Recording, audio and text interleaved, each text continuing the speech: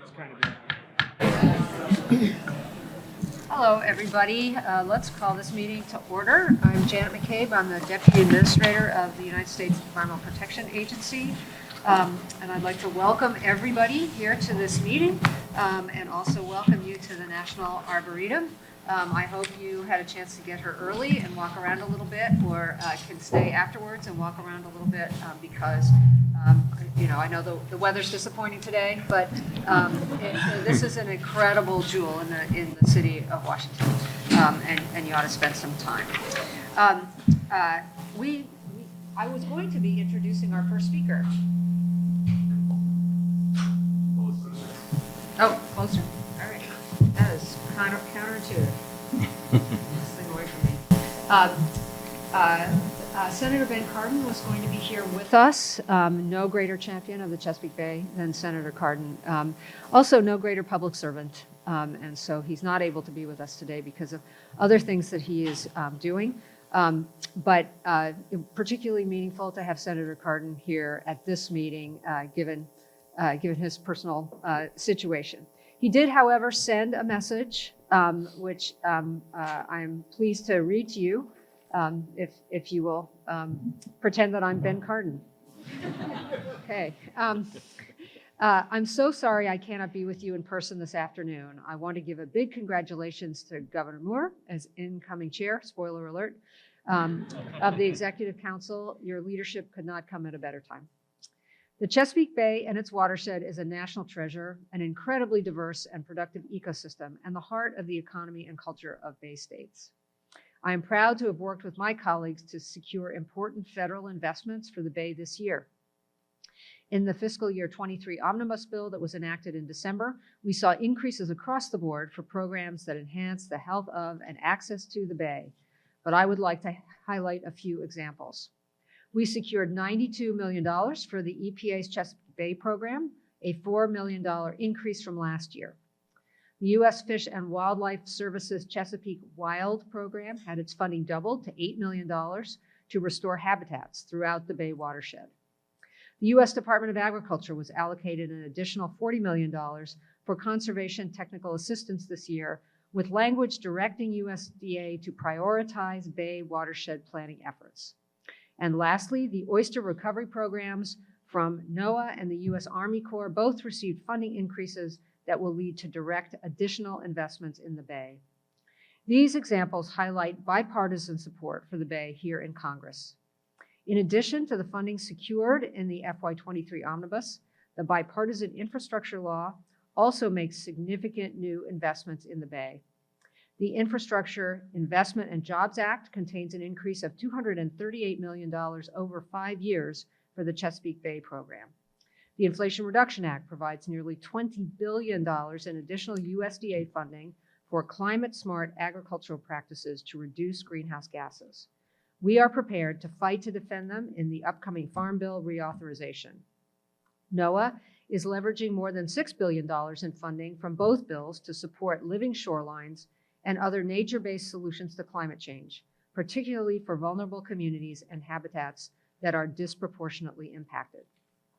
With all the successes of the Chesapeake Bay program since its founding and these new federal resources in hand, we face real challenges for the future. We need to set credible, science-based, enforceable goals for the restoration of the Bay, but goals that will also be clear and inspiring to the public for the generation ahead. We need to assure that federal agencies have the capacity to carry out their responsibilities and put all these new resources to use most effectively. We need to respond to the threat posed by blue catfish and other invasive species. We need to strengthen the Clean Water Act to protect wetlands and better control pollutants and excess nutrients from flowing downstream across state lines. To achieve these goals, we are building a successful intergovernmental partnership, and I am proud that Maryland has long been a model in Chesapeake Bay restoration. Additionally, federal and regional partnerships have been crucial to the progress we have made in improving the health of the Chesapeake Bay. We must ensure that these partnerships continue into the future. So I don't think I need to persuade anybody in the room what a champion Senator Ben Cardin has been for the Chesapeake Bay. I was saying this about Adam Ortiz, but I have absolutely never had a conversation with Senator Cardin where he didn't mention Chesapeake Bay, ever. And I bet that's true for most of you too. And what a life of service that man has given to the country, making protecting and improving the health of the Bay a high priority throughout his whole career. We have really enjoyed and benefited working with him as a senior member on the Senate Environment and Public Works Committee, where he's had an opportunity to influence many public health and environmental issues that affect millions and millions of people throughout this country.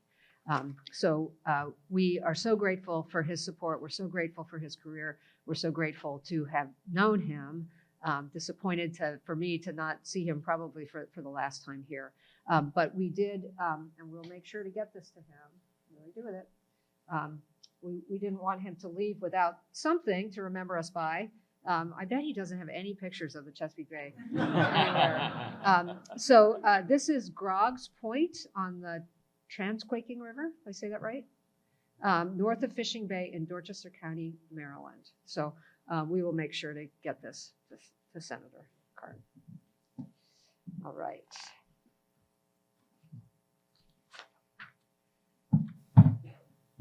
So thank you all for being here. Thank you to my colleagues here, and thank you for all the work that everybody has been doing to protect and preserve the Chesapeake Bay since the last time I was with you. I am thrilled, as I said, that we're meeting here at a place where we actually can see the funds that Senator Cardin talked about actually being put to use in stream restoration. There's an incredible example of stream restoration on this property, and also an example of stream restoration yet to come. So we can see both of those things here. We got to hear about how the stormwater, not just from on this property, but from the streets outside this property, flows over this land and ultimately into tributaries of the Anacostia and ultimately into the Potomac and ultimately in the Chesapeake Bay. This is the story of how this all works. It's projects at this level that are contributing to make such a difference. I want to acknowledge here we stand on these incredible lands. We stand on native lands, and I'd like to recognize especially the ancestral homelands of the Piscataway and Anacostan peoples. We are guests on these lands. We should behave like guests. And I know that the work that we're doing here is in furtherance of protecting and preserving these incredible lands for generations to come. Literally billions of dollars of federal and local funding have gone towards cleaning up and restoring the Anacostia River over the past 20 years. And jurisdictions throughout this watershed have focused on things like implementing green infrastructure to sequester and clean that storm water runoff before it goes into the river. The Clean Rivers Project is an amazing local collaborative effort. And it's working to reduce combined sewer overflows to local rivers by over 90% through both massive major infrastructure investments in underground tunnels that can collect that stormwater, but also, as I mentioned, these smaller projects, these discrete projects in little pockets of places around the watershed that combine to make a difference. And the combined efforts of all of these agencies and local nonprofits, local governments, and people living and deciding, you know what, I'm not going to mow grass anymore. I'm going to put in a rain garden. All of that has contributed to the Anacostia showing such incredible progress in recent years. That's borne out by recent water quality indicators. There are sensitive freshwater mussel species that have now been discovered throughout the tidal portion of the river. Bald eagles and river otters and beaver are back re-inhabiting the river and its tributaries. And for people who have been around Washington, D.C. for a long time, I myself was born here, grew up here in the 70s, inconceivable to think that in my home city there would be river otters, beavers, bald eagles, and all the critters we can't even see.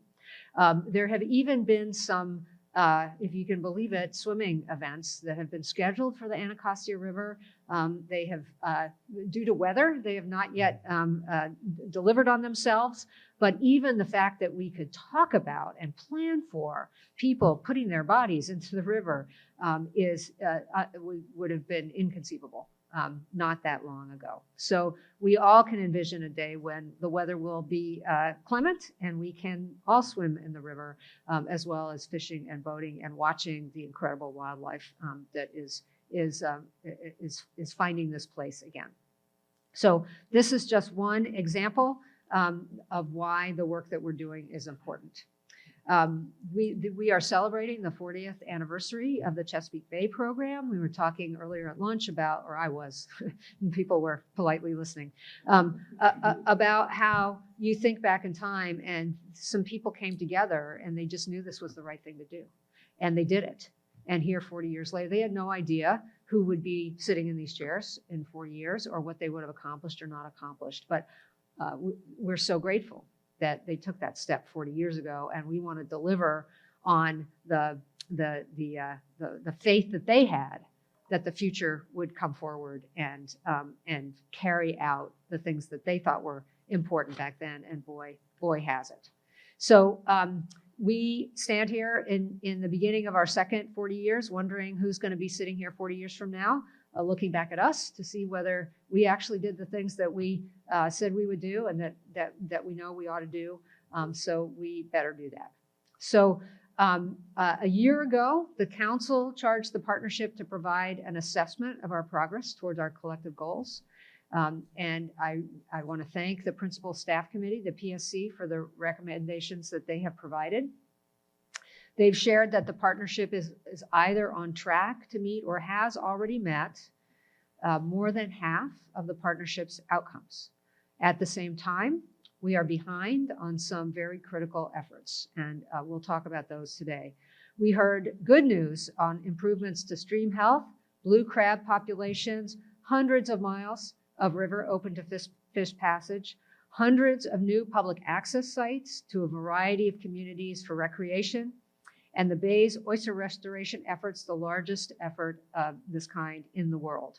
I just want to note how important all of these things are, but especially public access sites. If people can't get down to the river and get on it and enjoy it, then they're not going to understand why this work is so important. They're not going to support it. They're not going to support elected and appointed officials who have the Bay's interests at heart. The Bay's so-called dead zone, where dissolved oxygen in the water is so low that aquatic life cannot be sustained, was reported this past summer to be the smallest size in decades, a very graphic, explicit demonstration of progress. The jurisdictions met 100% of the 2025 sediment reduction goals ahead of schedule and have made progress on reducing nitrogen, meeting 51% of the target, and phosphorus, meeting 60% of the target. Clearly, we have a ways to go in those areas. These improvements were made despite the continuing and cumulative impacts of climate change, population growth, increased agricultural production, and development, which have impacted the level of effort needed to meet these restoration goals. So we have to look at our net progress, right? We're responsible for net progress here, and I think there's a lot to be proud of here. But we still clearly have significantly more work to do. Water quality conditions across the Bay are not meeting all of the goals that we set, and there are many concerns about the pace of restoration in other areas. The assessment tells us that we need to accelerate investments and the actual work that we do, the speed of the work that we do. We need to target lagging progress in areas like forest buffers, wetlands, underwater grasses, and water quality. Under the Biden administration, the work of this partnership to improve the Bay is the highest priority. From day one, Administrator Regan and the team at EPA have worked quickly to increase our engagement with stakeholders throughout the watershed. We've also stepped up our enforcement activities to ensure that everyone was meeting expectations. The federal family is fully engaged, and with the help of our partners on Capitol Hill, like Senator Cardin, we benefit from significantly increased resources needed for our restoration and protection efforts. EPA is making historic investments in this watershed through the bipartisan infrastructure law, which adds more than $238 million to place more restoration practices on the ground throughout the watershed, as Senator Cardin noted in his comments. I want to note several agencies who are here today, and they've shared specifics about the substantial investments they are making in the Bay. U.S. Fish and Wildlife, with almost $8 million supporting freshwater habitat through the Chesapeake Wild Act.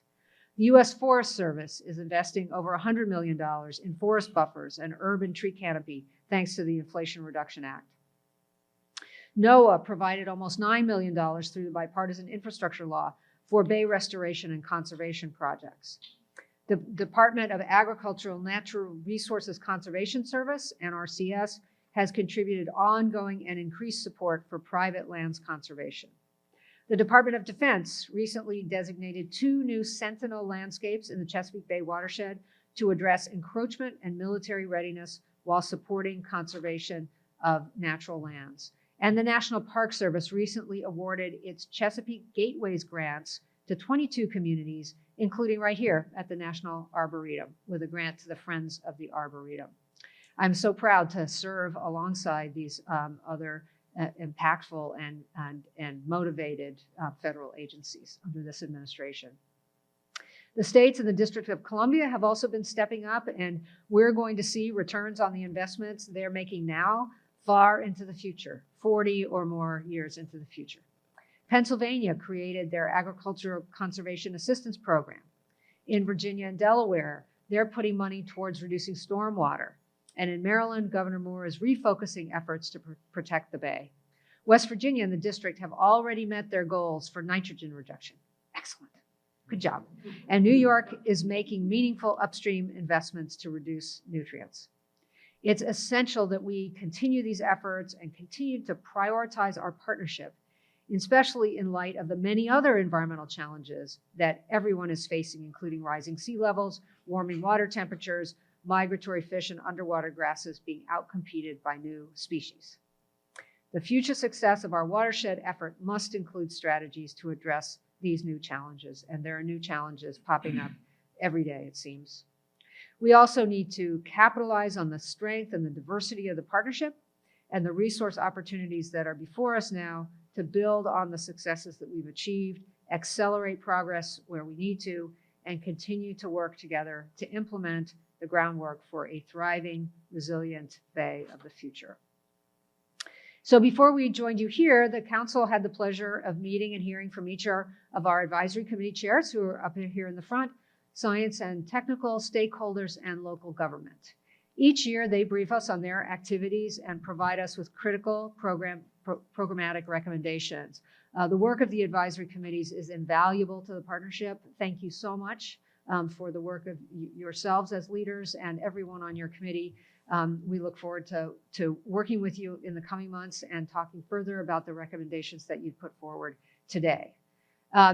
It has been my great honor during my time at the EPA to just coincidentally get to serve as chair of the Chesapeake Executive Council.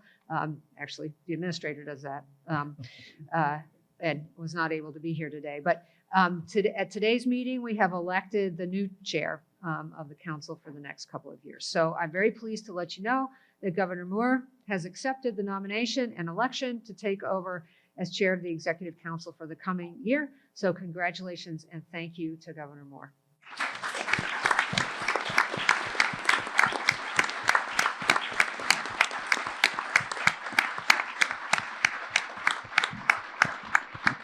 Let me just take a minute to brag on Governor Moore for a minute, because he hasn't been in office all that long, but he's already providing vision and leadership to restore the Bay. This summer, he created the Governor's Council on the Chesapeake and Coastal Bays watersheds to better coordinate and accelerate restoration efforts across his entire cabinet. He also demonstrated his commitment to Chesapeake watermen by establishing the Oyster and Shell Substrate Task Force. We all expect the governor to be a force to be reckoned with when it comes to Bay issues and naming task forces. No. So you'll probably get to do a few more of those. So I am going to give you this. It's heavy. Yes, you can crack crabs with it, I think. Now we get to turn to having the new chair and fellow executive council members share their own remarks and any announcements that they might have pertaining to the Bay. So I think I'll turn it over to you, Governor. Great. Thank you so much. Thank you so much, Deputy Administrator, and thank you for your leadership, your thoughtfulness, and for your impact. It is meaningful and it is so deeply appreciated. And I'm honored to be here, with colleagues. Again, Senator Martin, great to be with you, Deputy Secretary Mandarola, and all of my colleagues. It's tremendous to be here with an organization that I admire, and to now serve as chair of an organization that I deeply respect, and have colleagues that I just deeply respect. And Adam, thank you as well. And I have to say, and I know I am biased, Maryland is some of the most remarkable public servants in this entire country.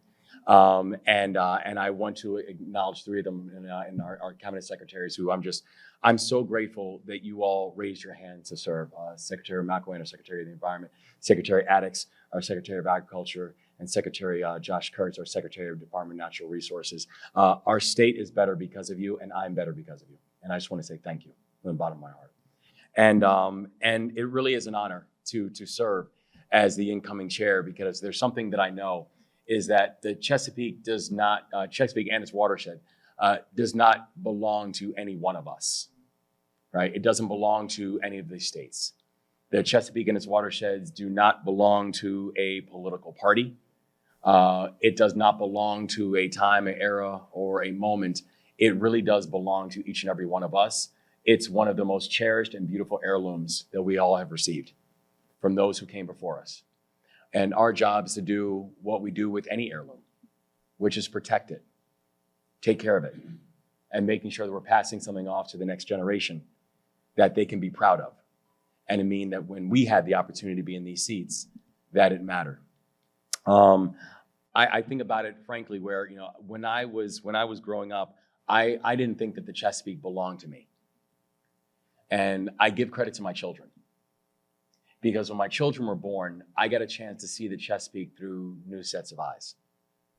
I got a chance to see it through theirs, and the magic and the wonder that they had every time they went on the Chesapeake and got a chance to see the watershed. I very much now know that the Chesapeake belongs to me, that it belongs to them, that it belongs to all of us, because the Chesapeake and its watershed, that's where we get our inspiration. And I know that, if you ask me where is your place of peace, you will find me in one of Maryland's waterways. That's where I find my peace. I know that it's also the place that serves as a source of economic growth, that we don't just have individuals and communities and families, but we have generations that have relied and will continue to rely on a healthy bay and its waterways. And I know that it serves as a keystone of our environmental health, and that we have a responsibility, a solemn responsibility and a solemn duty, to be good stewards of the bay and to be good stewards of the watershed. And I know that's a moment, and it's something that we all take very, very seriously. And we know that in order to do this and to get it done correctly, that partnership is going to be absolutely essential. And we know that we have made tremendous progress on many of the goals. However, we know that there are some that we are still behind on. And that includes things like looking at the levels of nitrogen and phosphorus, both in Maryland and across the Bay watershed. The good news is that this is the right team and the right collaboration to be able to address those issues. The good news is there is real reason for each and every one of us to feel very confident in the future of the Bay and its watershed, because we know we have people who are working every single day to take this seriously, both on the local, the state, and on the federal level. And this is a moment when we are going to make those who came before us very, very proud. We know we'll take a new approach, and the approach that we'll take of working together to protect the Bay in new ways that will actually match the science. Larry, was speaking earlier and was talking about the CSER study that came out in May, and was talking about how we looked at the last 40 years of bay conservation, and the report was very clear that the practices that reduce pollution have not been adopted at the scale necessary to achieve our targets. Not showing it's too late, but showing that we have work to do. And the report also makes it clear that we need to be less focused on restoring the bay of the past and instead focusing on building a bay and a watershed of the future. As a leader and my team knows, I am data-driven and heart-led. I wear my heart on my sleeve, and I acknowledge that. But I also don't move without data. Data matters in these conversations. And all the data tells all of us that we need to revise 3 core components and 3 core assumptions that have applied to our work when it comes to the bay and the watershed. The first is we cannot just focus on the health of the deepest parts of the bay. We also need to focus on the health of the shallow water areas, which nurture fish, crabs, oysters, and the tributaries that lead to the bay. The second, we cannot just measure success based on the reduction in pollution. We also need to focus on how our work is improving and uplifting communities along the bay and its watershed as well. And we can't approach the work of improving bay health on a state-by-state basis. That's never going to be good enough because that's not how it shows itself. How we think about this in terms of a regional conversation, a larger health conversation, is going to be important.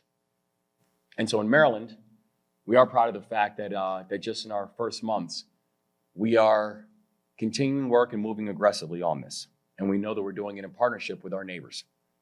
But that in our first 7 months of our administration, I created the Council on the Chesapeake and Coastal Bays Watershed to spearhead our efforts in the Bay and making sure that it will be an administration-wide effort. That I created the Oyster Shell and Substrate Task Force, which is going to help us to pursue strategies to bolster our oyster population, which we are all very excited about bolstering the population. That our administration has already started to prioritize more effectively and more intentionally engaging historically underserved communities in our work concerning the Bay and making sure that every Marylander understands that this is their Bay too. And we are implementing a pay-for-performance contract to maximize our investments by leveraging private sector funding and knowing that our ability to be able to address the challenges of the Bay and its watershed will not be done by government alone. They will not be done by nonprofits or foundations alone.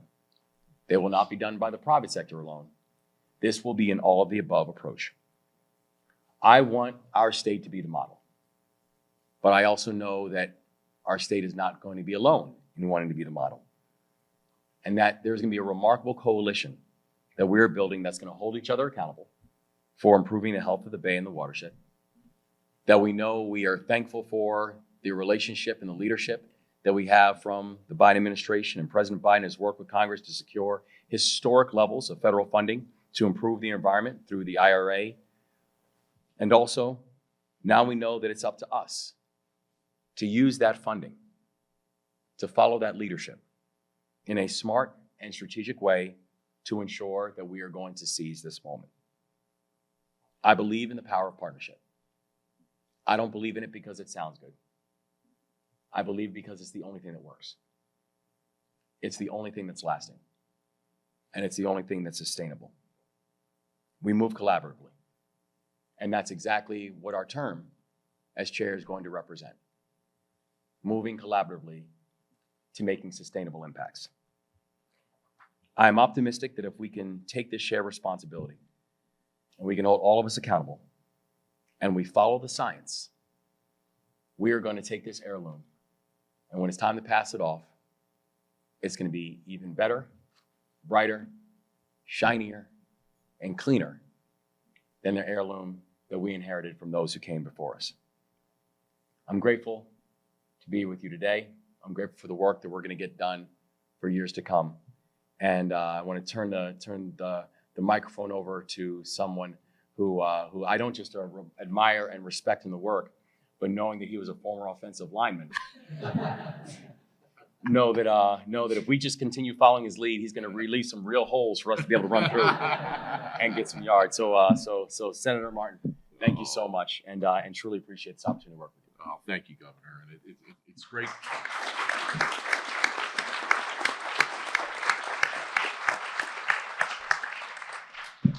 I always appreciate a former wide receiver that can appreciate a lineman, so it's good.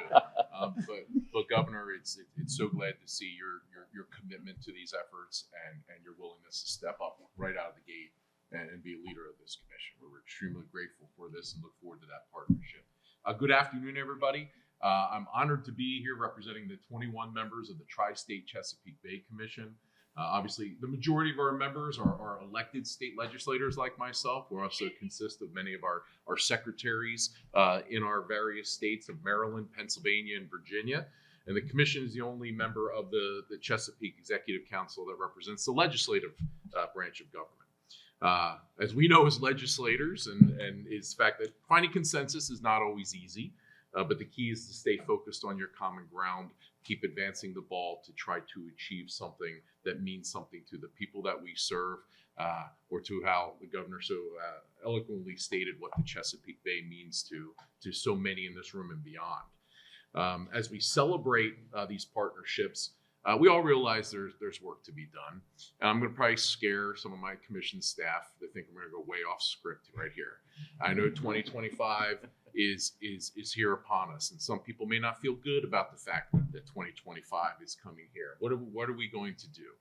I'm going to use a sports analogy only because I'm the oldest of 7 kids, and you know who plays tonight?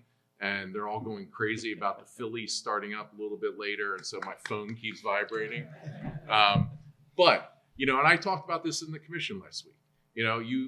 We should, as we are striving for our Bay goals, we want to reach that championship status, right? We want to stand on top of the mountain and see everything that we've done. But I liken it to my Phillies from last year. My Phillies from last year had a lot of momentum. My Phillies from last year went all the way to almost a step away from that pinnacle. And they failed. They didn't hit that goal. In their mind, they live with that.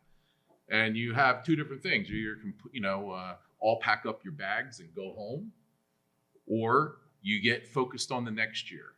You retool, you adjust your strategy. You get new players who are also now at the table, and you reset and you keep doing it. And I tell folks, sometimes when we look at goals, we want to sprint and get to these things as quickly as possible. But I've been completely exposed in my time as being part of this commission and the folks I've met with, that people who are committed to the marathon of this, who want to reach for that championship every single year. Sports analogy over. So, I didn't want to talk about the Orioles. I thought it was a little too fresh. I thought it was a little too soon. But they did get us in '83. So anyway. That's true. But I agree, we're not going to back away from our group effort. Instead, they're going to lean on the science, the monitoring, and the partnership-driven action plans that the Bay program is known for. Even some of the most basic recommendations, such as accelerating investment, require multiple partners, obviously, to make that happen. For example, last year, myself, my colleague, Senator Gene Yaw, who's also on the Bay Commission, actually partnered with one of our colleagues from Erie, and you can imagine the waterways that they care about, in helping to create a statewide clean stream fund in Pennsylvania. And we now have $220 million dedicated to non-point source programs, including a brand new $154 million agricultural conservation assistance program known as ACAP. But getting the legislation passed isn't the end of the story. Ironically, though we sit here and talking about the Chesapeake Bay, the success in my state necessarily really wasn't focused on the Bay. It was focused on clean water in our local communities and what that means to our local communities. What does it mean to flooding, which is part of a big issue in Pennsylvania that we deal with? And when you come from an area of the state that the Chesapeake Bay watershed has a much lower density of legislators compared to Philadelphia area and Pittsburgh, we had to create a statewide solution that people could rally around, and local water quality was central to us getting that done. It wasn't the only thing. We were able to put $320 million for water and sewer improvements through our H2O program, which is about to be deployed hopefully very soon as all the submissions are in. Our Department of Community and Natural Resources, another $100 million for their conservation efforts, and even bolstering our county conservation districts to implement funding at the 67 counties we have at Pennsylvania on their level to make it happen. But mere partnership is just not enough. We also have to have strong leadership. And I will tell you, I could not be more grateful, not only to recognize, but to thank the regional administrator, Adam Ortiz, for his leadership in stepping forward to change and really look at the lens of how to build the relationships on the local level. One of the first things he did when he took on his new role was he was actually on a farm in Lancaster County, meeting with those farmers. He has been huge, and seen him in the halls of our state capitol, along with legislators from Maryland and Virginia, and in helping each other to talk about the importance of what we're trying to accomplish. So we appreciate your efforts, Adam, too, as part of our partnership. The best leaders are those who lead by example. Within our commission, we encourage and empower our members to champion policies that will move their individual states forward. And we are challenged by each other to keep doing more.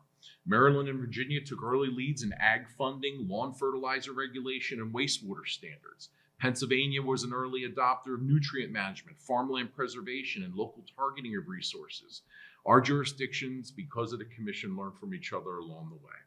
And as we go forward, we're diving deeper into innovative approaches for restoration, such as pay-for-performance programs and promoting private investment. And I loved hearing Governor Moore talk about that. I shared with him in a meeting, in a conversation we had earlier, just a few weeks ago, in my district in Lancaster County, to see a company like the Hershey Company partnering with Land O'Lakes, matching resources with EPA in order to honor the sustainability of those farms, the water quality on those farms, is such a key to our success as we're moving forward. And when we look at the opportunity and us encouraging USDA to utilize the Chesapeake States Partnerships Initiative to deploy its funding from the IRA to water quality efforts, would be a huge assistance. And finally, I represent Lancaster County, Pennsylvania, and I know the importance that Lancaster County has for the Bay. And I'm extremely proud of our Lancaster Clean Water partners, who are bringing over 40 different local organizations together around the common goal of local water quality. Knowing that our own waters get cleaner, downstream waters like the Chesapeake will benefit. And I think it's critically important as honoring the work that people are due, is I want to honor the farmers in my area. I will tell you, a long time ago when I was a county commissioner, I know what it was like early on, when there was a lot of finger pointing related to the Bay issue, where Pennsylvania people would point down to the legacy sediment building up behind the Conowingo Dam, and Maryland be pointing up saying, what are you doing about all that, those cows in your streams? And to see where we are now, and to see the farmers who, almost like dominoes, as one has experienced a more of a partnership feel, whether it's by EPA or our local jurisdictions, and they're sharing that story and sharing the successes and realizing that they're not standing alone in these efforts, is going to be one of the key to our success. And boy, that group of farmers who are participating and buying in keeps growing, even amongst our Plainset community in a couple different places. So with that, I want to thank everyone again for all the work that you do working together. I look forward to not only the commission, but to Pennsylvania to continue to be part of this team approach to making our waterways and the Bay a better place for all of us. So with that, I'd like to turn it over to Sean Garvin, who is the Secretary of Natural Resources and Environmental Control in Delaware.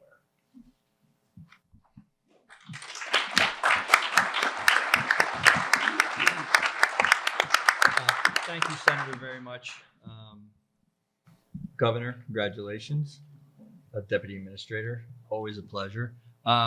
First, I want to offer regrets and regards from Governor Carney for not being able to be here. I did want to read a quick statement from him before I say a few other words.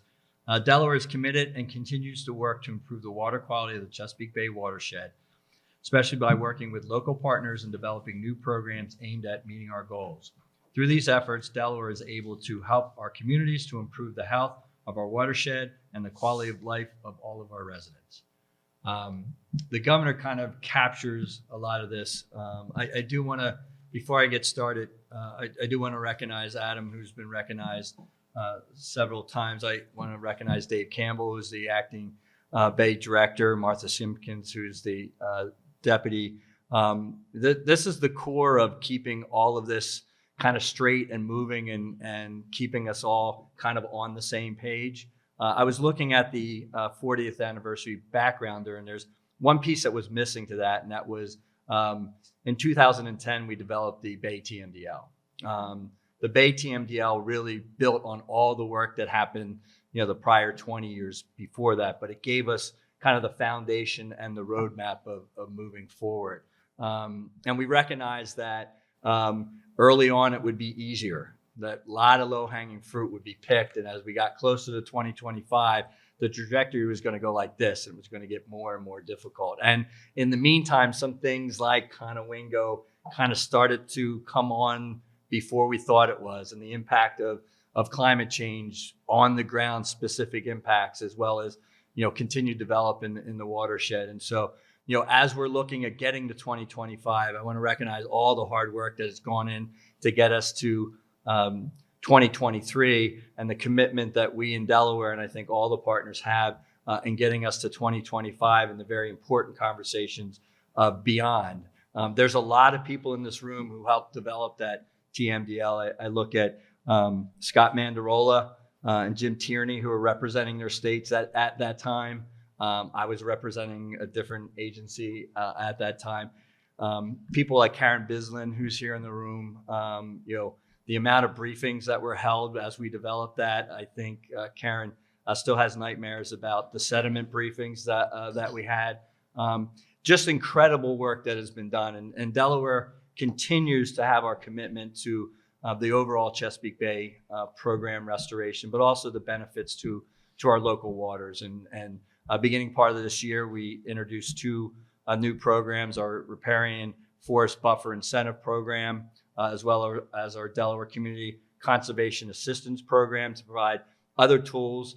Our partnership with NRCS, had a conversation with them yesterday on where we can continue to work together. Obviously, EPA, I do want to recognize Janet McCabe because she was also wearing another hat and really helped us with the air deposition piece of the TMDL as well.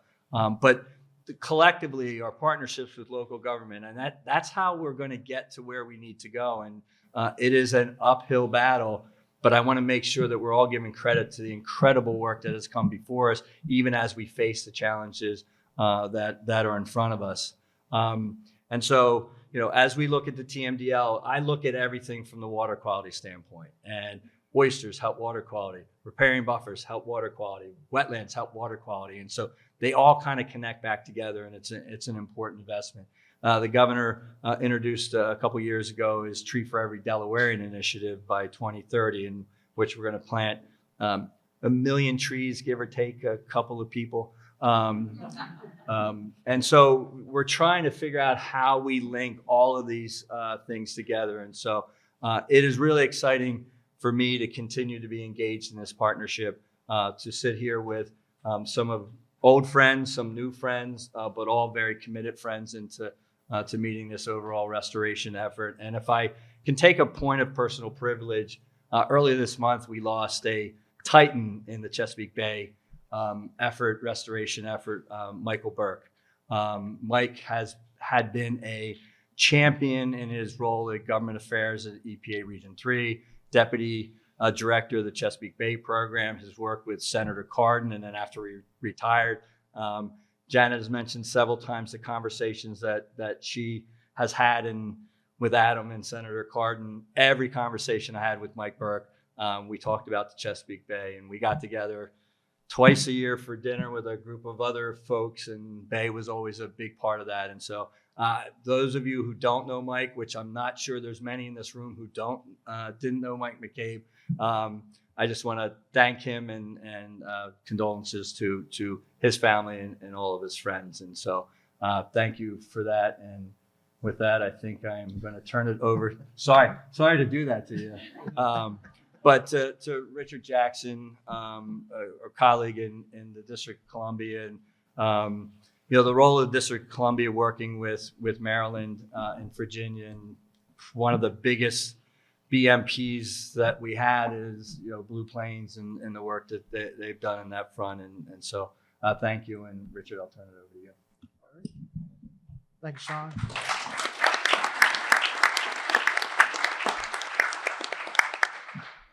Thank you, Sean. Just on behalf of Mayor Bowser, just wanted to welcome the executive team to DC and hope you enjoyed the tour this afternoon at the of the gardens and just seeing what work has already been done and what work continues to be done. A lot has been going on, and Anacostia River has come a long way. So, but I will give a statement for Mayor Bowser since she wasn't able to attend today. But as we welcome Governor Moore to this new role, we're looking back on the past 40 years and more importantly, looking forward to the future and how we fully restore the Chesapeake Bay. Washington, D.C. is proud to be meeting our 2025 pollution goals, and we're proud to highlight the remarkable progress of the Anacostia watershed. We're also proud to be part of this regional community that remains committed to this day as we were 40 years, and we will be 40 years from now. So just welcome aboard. Glad to have you as the new chair, and I look forward to working for you this year and keep it moving forward. So just wanted to say that. So historically, the Anacostia River was a deep flow water body, clear waters surrounded by over 2,500 acres of wetlands teeming with fish and wildlife.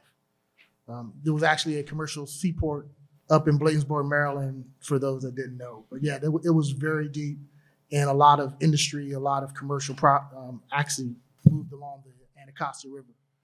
So, but in the last several hundred years, there was a lot of degradation in the form of clearing forests and agriculture work, industrial, urban, suburban, development. So all of that kind of degraded the Anacostia River greatly, and has been attested to by Deputy Administrator McCade. Anacostia did not have a good reputation for a very long time, but that time has changed. As she mentioned, we almost had a water event in 23. We're definitely looking forward to having our splash event in 24. Ironically, it was not the water that stopped us, it was the rain. So we definitely look forward to doing it in 24. We're planning early, so we have a lot of backup dates just in case the weather don't want to cooperate as well. But after centuries of neglect, it's a long-term proposition to fully restore the Anacostia River. And today we celebrate some of the significant progress that's been made and continues to be made on the Anacostia River. In partnership with the Chesapeake Bay program, the restoration of the Anacostia River is truly a collaborative effort. Only 17% of the watershed is actually in the district, but looking at the portion that we have and a lot that has happened on that river, it reflects all the work that has been done on the Chesapeake Bay because it flows down. And so to see the progress here reflects all the work that's been done upstream and just in general. The life here reflects all that work in many, many ways. The district has a strong partnership with EPA, State of Maryland, Prince George County, Montgomery County, and all of our other stakeholders. So we have a lot of people in DC because of our uniqueness.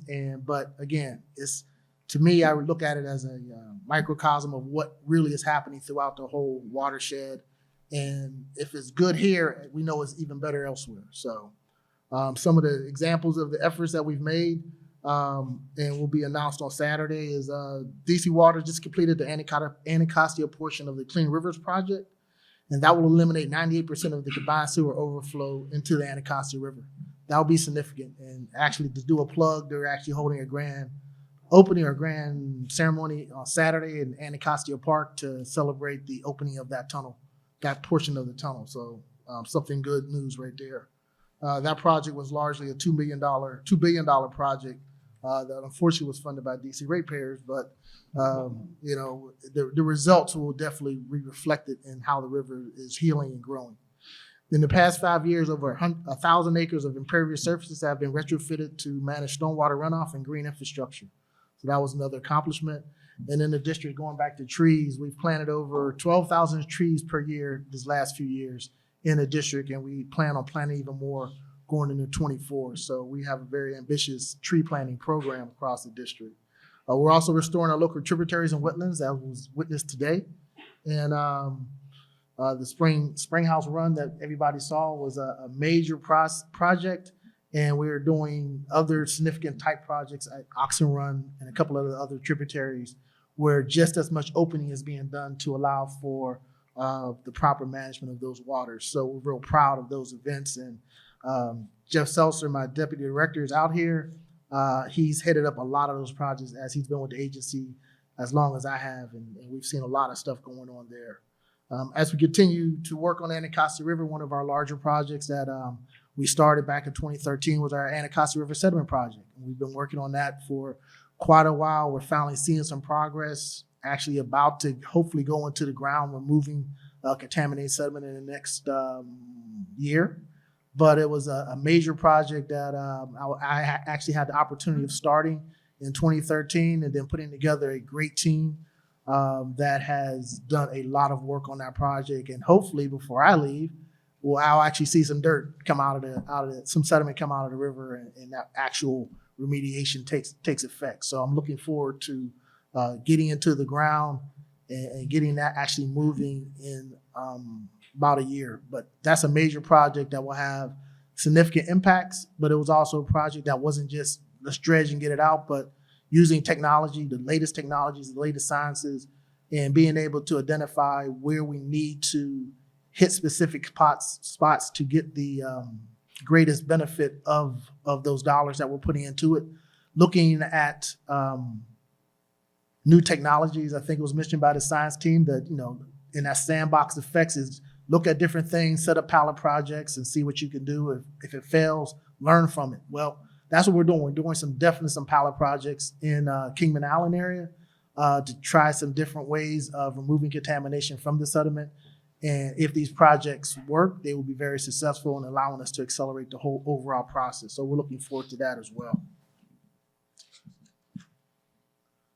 So again, we're just proud of being a part of the Chesapeake Bay project, meeting our goals, and then hopefully some of the things that we do and some of our projects can be shared with other states, and so that they can also benefit from some of the pilots that we're planning on doing in the Anacostia River, and we're just looking forward to that.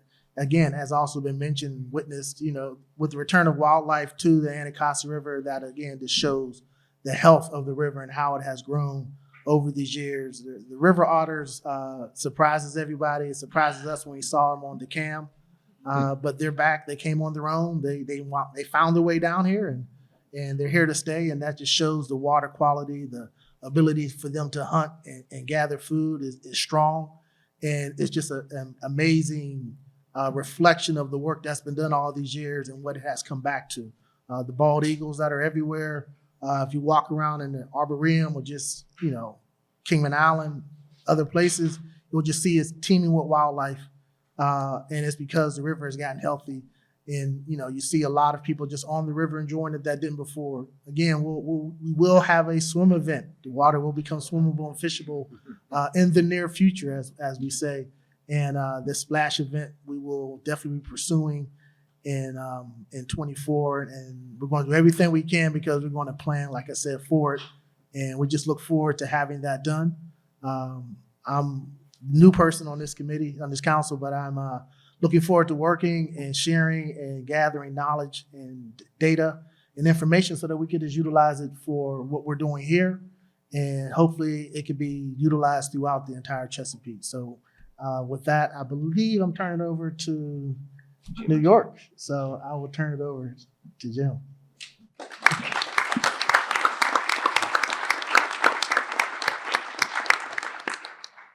Well, thank you. Hi, I'm Jim Tierney. I'm the Deputy Commissioner for Water Resources in New York State. I want to start by saying the proper term is use guys, not y'all, Virginia, and just want to emphasize that. And the other thing I want to say is Governor Moore and Senator Martin, I can see why people vote for you. Woo! You're good. I'll be brief. And I just want to make 2 points. I've been working with the Bay program for 17 years. I've been really proud to associate with myself with a great team and recognize that they have moved the ball forward dramatically in how you go about solving water quality issues. It's impressive. The science and the work behind it is terrific. And just two things I want to emphasize. One is when you solve for the nutrient pollutions, when you solve for that, you can solve for flooding. You can solve for habitat. You can solve for endangered species. You can solve for urban heat islands and urban beautification and urban flooding and the like. So in solving for the TMDL, if we screw our thinking hats on hard, we can solve for all sorts of other problems, which tends to bring in all sorts of additional interests, including, I can't have to say, the soil health. We have to solve for soil health too, and topsoil health on our farms. You can get there by intelligently implementing the TMDL. Right? That's number one. There's so many things we're solving for when we solve for water quality. The second thing is brass tacks. All right? You have to have a target that you have to achieve. It has to be allocated to the jurisdictions, and they need to have to be a time frame by which they're supposed to achieve those targets, right? You have to do that. That has to happen. It can't be fuzzy. It has to be real, and we've got to get there. There has to be a plan to achieve the targets, and there has to be staff and money to implement the plan. Without that, it's phony baloney, right? And so I just want to emphasize those two things after working on water quality my entire career. Proud to be with you, realizing the challenges are tremendous to get there, but that's what I think, personally, we have to do. And Governor, thank you so much for taking over the leadership. Really appreciate it. You are impressive, and I'm grateful someone of your quality and talent is taking over. Much appreciated. And with that, it's my great honor to introduce the tremendous Secretary of the Department of Environmental Protection of the great Commonwealth of Pennsylvania, Rich Negrin. Oh, thank you. Well, I'm going to echo something Jim said. You guys have just, this is a great team, right? When we talk about what bipartisan and just the coming together of partnerships across the aisle, it's never been better signified than it is right now. Governor Shapiro, I know he spoke to you, is incredibly supportive, and certainly want to do everything we can to make it a success. It's been a great honor working with Adam Ortiz the last several years, and certainly these 6 months for me, Adam, it's been a special privilege.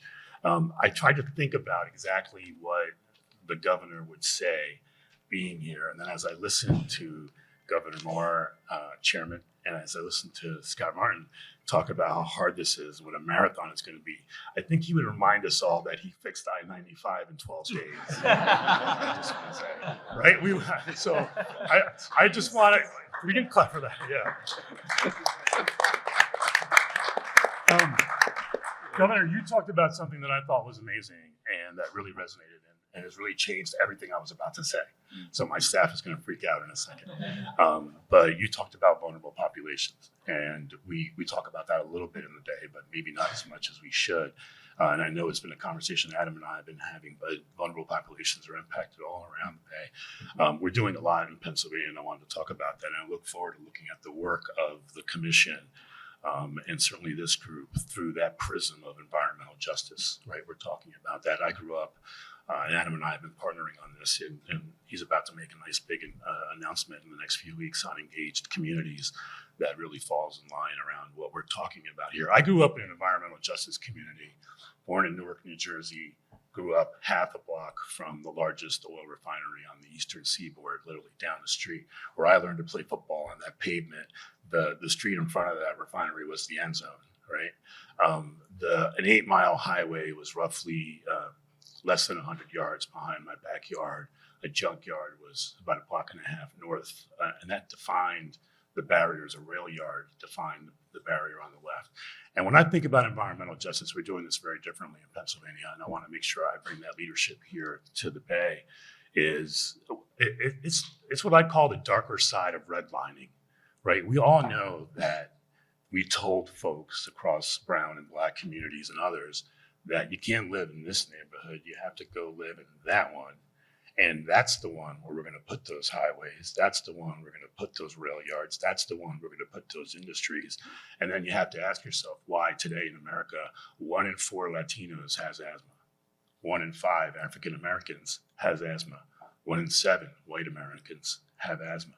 That's environmental justice. So we're looking here in Pennsylvania about everything from those figures to life expectancy, really for the first time, where you can see within communities where environmental justice communities are nearby, maybe 2.5 miles away from a more affluent community, and there are 25-year life expectancy gaps in the same city. And that's unacceptable. There are issues like that all around the Bay, right? There are vulnerable communities all around the Bay. The governor and I were capping a well in a small community in Washington County yesterday outside of Pittsburgh. That's an environmental justice community. So we've expanded the definition in Pennsylvania because we have poor rural communities throughout Pennsylvania. It's not just an urban thing like Philly and Pittsburgh. We've built whole communities on top of abandoned mines. We've built whole communities on top of abandoned wells like the ones that we capped yesterday. This is not just a black and brown issue. It's a vulnerable population issue. And just like you talked about, climate change is going to impact those communities, right, disproportionately over time. So environmental justice matters. We're changing our approach to it in Pennsylvania. I've appointed a special deputy of environmental justice who reports directly to me. We have a new strategy, a new mapping tool. We've increased that definition to capture our vulnerable communities across all of Pennsylvania, not just in our cities. And I am so looking forward to your leadership and the fact that we're going to look at the work of the commission through the prism of environmental justice in new ways like we never had before. Thank you.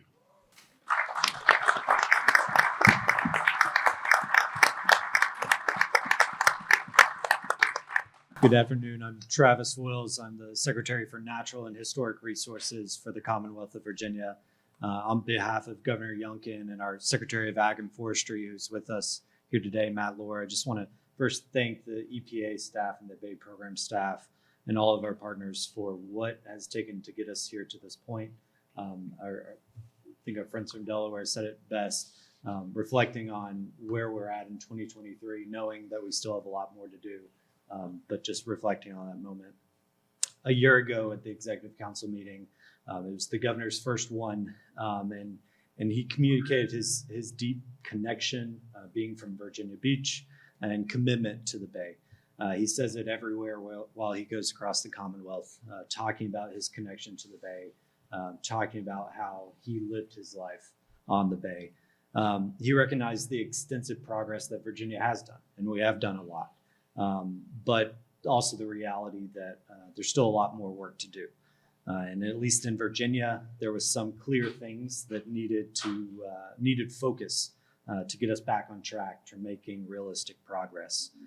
That progress needed for ensuring that this resource, like the governor, the term that you used too, of just making sure it is protected for generations to come.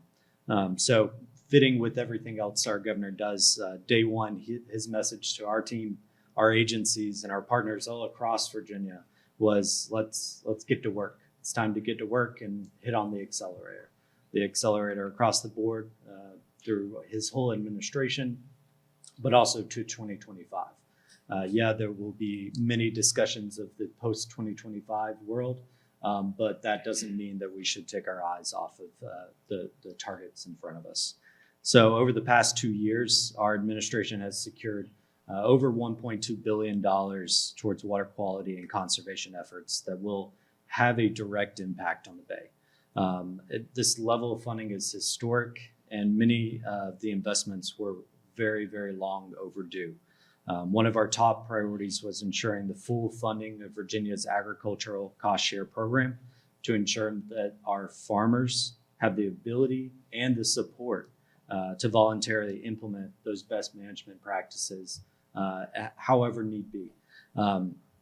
While we've now secured over $300 million for our farmers in our ag community, when we walked into office, there was not necessarily that amount of funding there. There was also not a process to determine what that funding amount should be or what it to guide our progress. So that was a real recognition of a need for a transparent and accountable process to go along with this. We changed that day one. opening up a real needs assessment process and making further improvements with stakeholders based on feedback as this year went along. With those changes, we've really put our connection with the ag community back on a track to see progress, to measure progress, and to be accountable at the state level from the government sense, but also the stakeholders in those communities. For us, it's necessary that that transparency and that trust is weaved into all of our future actions. As we get beyond 2025, that really is going to be a lens that we need to look through everything with. Without this crucial element for us, big progress could always seem to be out of reach and will continue to lack the necessary support that we really need from all the sectors. And I think you heard it from all of our other speakers today, that it's not a government responsibility, it's not a citizen responsibility, a private sector, but it is critical that that will need to be there from all of our partners. There's no doubt that the remaining progress will be difficult, and no one is stepping down from that task, as you've heard today. But we want to ensure that we're looking at that progress, at least in Virginia, from a holistic, clean, and healthy water lens to prioritize that action, to prioritize that focus on goals and results that are important for Virginians. And we know that those results will be beneficial not just for Virginians, but for the entire Bay. We can do this while continuing to be good stewards of our taxpayer dollars. Our governor has recognized that we were in a good financial state and that investments needed to be made towards our Bay progress, but we recognize that may not always be the case. So ensuring that the funding and the investments at the federal and the state level that we're beneficial to right now are actually producing the results that are recognized, and knowing how to take those results and influence our future action. It's critical to understand that reality of the situation, the reality of our previous progress, in order to strategically develop what that plan will look like for the future, not only for each partner that you've heard from today, but for that Bay as a whole. The reality is that you've heard it. We've all accepted it. We've met some of these critical goals, but we're still lacking in a lot, and that's going to be a very, very hard step to make. But at least in Virginia, we're going to do things moving forward to ensure that we have a clear, manageable path forward, continuing to make improvements, and knowing that whatever beyond 2025 brings, we'll be in a better position to determine what a healthy Bay is for Virginia and base our actions on that. Our administration is looking forward to continuing to be here as we take that next step as a partnership and taking the secure steps forward to do everything possible to protect this unique resource for generations to come. So now I get the honor of introducing my fellow Virginian, maybe just a little bit of West, but we're getting towards the end of the alphabet too. So. Thank you, Travis.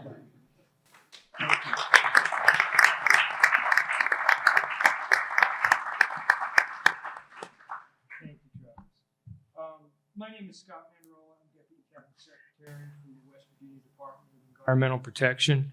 I'm honored to be here today to represent Governor Justice in the state of West Virginia at this wonderful event, and to be able to share the stage with such a distinguished group. And I really mean that. This group that we've been working with both here and in the PSC have shown unprecedented will to get together on issues and solve problems and put aside the issues that some states may have, but to get to one common goal. And it's been wonderful. I've had the opportunity to do it since 2008. I've been involved with this group. West Virginia is on track to achieve its 2025 nutrient sediment targets without adjustments for unaccounted for additional loads. We've had tremendous success with the installation and operation of new wastewater treatment systems, which have not only significantly lowered discharged loads, but have maintained them at levels well below allowed allocations for the wastewater sector. Actions taken with respect to the Chesapeake Bay goals have resolved the prior algae impairment of the South Branch Potomac River as documented in West Virginia's latest integrated report. We have multiple projects underway involving green infrastructure for stormwater management, riparian buffer plantings, stream restoration, as well as education and outreach. These projects not only benefit the Bay with nutrient reductions, but also benefit local West Virginia communities. Moving forward, West Virginia is committed to continuing to do our part to reduce nutrients and improve the lives of those who live and work in the West Virginia's Chesapeake Bay watershed. We will stay diligent in efforts to implement management actions to reduce pollutants delivered to the Chesapeake Bay up to and beyond 2025. Although West Virginia will meet the original planning targets, more work is needed to maintain loads under future conditions and to accomplish specific goals prescribed in our watershed implementation plan. As an example, we need more forest buffers and livestock exclusion BMP implementation throughout the watershed to resolve local impairments and protect water quality in West Virginia waters. West Virginia appreciates the Phase 7 modeling suite activities that are underway to improve our modeling tools and incorporate available new science, and anticipates the establishment of revised pollutant goals for 2035 that recognize the need to protect water quality under future conditions. We will strive to expand local stakeholder engagement and continue to build lasting relationships. Our goals are to not only increase overall BMP implementation to improve downstream waters, but also to implement projects with meaningful co-benefits that improve the quality of life in West Virginia communities and the Bay. Thank you.